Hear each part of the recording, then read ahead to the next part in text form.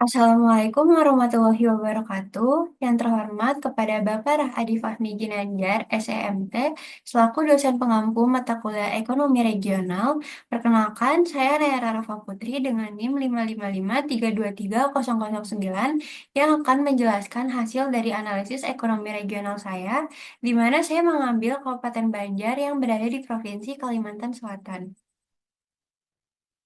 Di sini ada 7 topik yang akan saya jelaskan. Yang pertama ada konsep wilayah, yang kedua adalah teori lokasi dan teori pusat pertumbuhan, yang ketiga ada PDRB Kabupaten Banjar, yang keempat ada analisis location question atau LQ, yang kelima adalah analisis shift share atau SSA, dan yang keenam adalah hasil dan rekomendasi kebijakan, dan yang ketujuh kontribusi terhadap proyek kelompok. Masuk ke pembahasan yang pertama, yaitu konsep wilayah, di mana konsep wilayah merupakan suatu ruang di daerah geografis yang memiliki batas dan ciri khas tertentu, baik dari segi fisik, sosial, ekonomi, maupun budaya, yang membedakan dari wilayah lain. Wilayah dapat terbentuk secara alami maupun melalui pembagian administratif dan berfungsi sebagai wadah bagi aktivitas manusia serta interaksi dengan lingkungannya. Dalam kajian geografi dan perencanaan pembangunan, konsep ini penting untuk memahami potensi permasalahan dan arah pengembangan suatu daerah secara menyeluruh.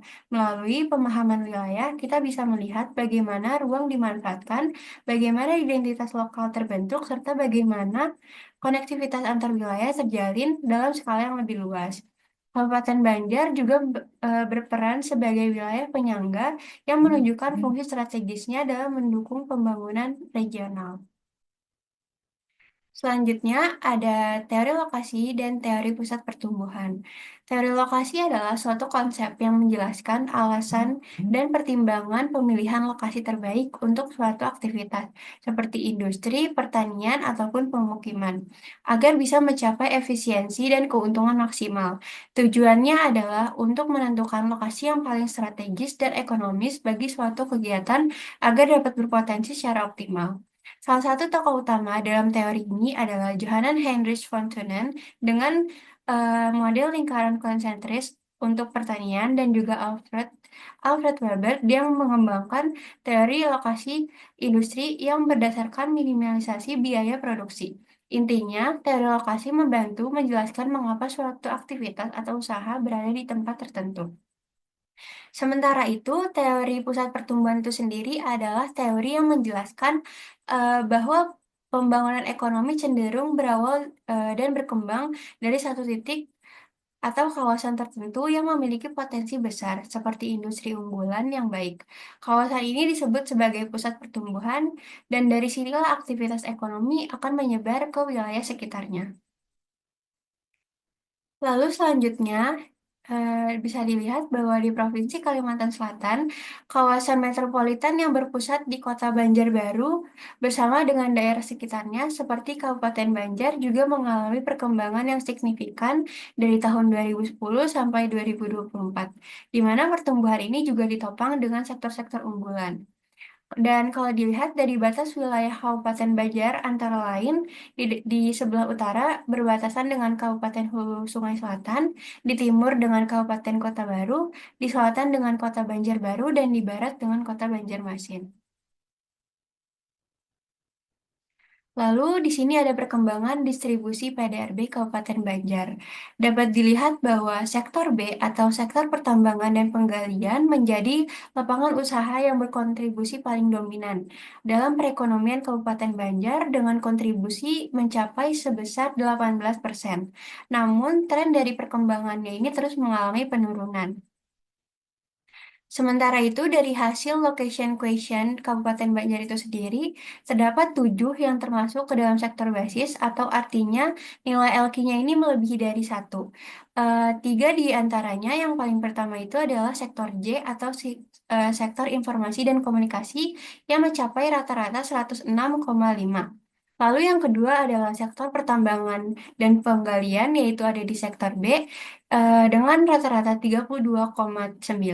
Lalu di sektor C ada industri pengolahan dengan rata-rata 1,95. Selanjutnya adalah shift share analysis atau SSA. Dapat dilihat bahwa sektor ekonomi yang ada di Kabupaten Banjar itu berada di kuadran 1 dan di kuadran 4. Namun di kuadran 3 dan kuadran 2 tidak ada satu sektor sama sekali. Di kuadran 1 itu sendiri terdapat 5 sektor, yaitu ada sektor D, H, I, M, N, dan Q. Artinya kelima sektor ini mengalami pertumbuhan yang cepat, tetapi daya saingnya baik. Lalu di kuadran 2 juga ada 11 sektor, yaitu ada sektor A, B, C, E, F, G, K, L, O, P, R, S, T, U, di mana artinya sektor-sektor ini mengalami pertumbuhan yang cepat, tetapi daya saing yang lambat. Sementara di kuadran 2 tidak ada satu sektor sama sekali, artinya tidak ada satu sektor yang mengalami pertumbuhan yang cepat tetapi daya saingnya yang baik. Begitu pula di kuadran 3 tidak ada satu sektor sama sekali, artinya tidak terdapat sektor yang berada di kuadran 3 atau sektor mengalami pertumbuhan yang lambat dengan daya saing yang kurang baik. Lalu selanjutnya adalah hasil dan rekomendasi kebijakan.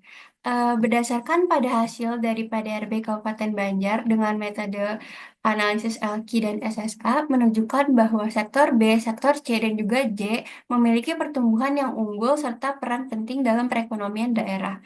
Hal ini menunjukkan adanya potensi daya saing daerah yang dapat dikembangkan lebih lanjut untuk mendorong perekonomian ekonomi yang berkelanjutan.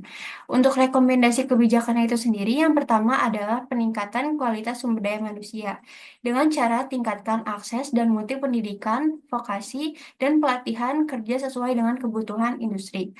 Lalu yang kedua adalah diversifikasi dan hilirisasi ekonomi. Artinya, kita jangan hanya bergantung pada satu sektor, tetapi dikembangkan dengan sektor alternatif seperti pariwisata, industri kreatif, dan juga jasa modern. Lalu selanjutnya adalah kontribusi saya terhadap proyek kelompok, di mana saya membuat pembahasan teori lokasi yang berada di bab 3 dan juga membuat kesimpulan yang ada di bab 4. Mungkin sekian yang dapat saya sampaikan, kurang lebihnya mohon maaf. Wabillahi taufiq wal hidayah. Wassalamualaikum warahmatullahi wabarakatuh.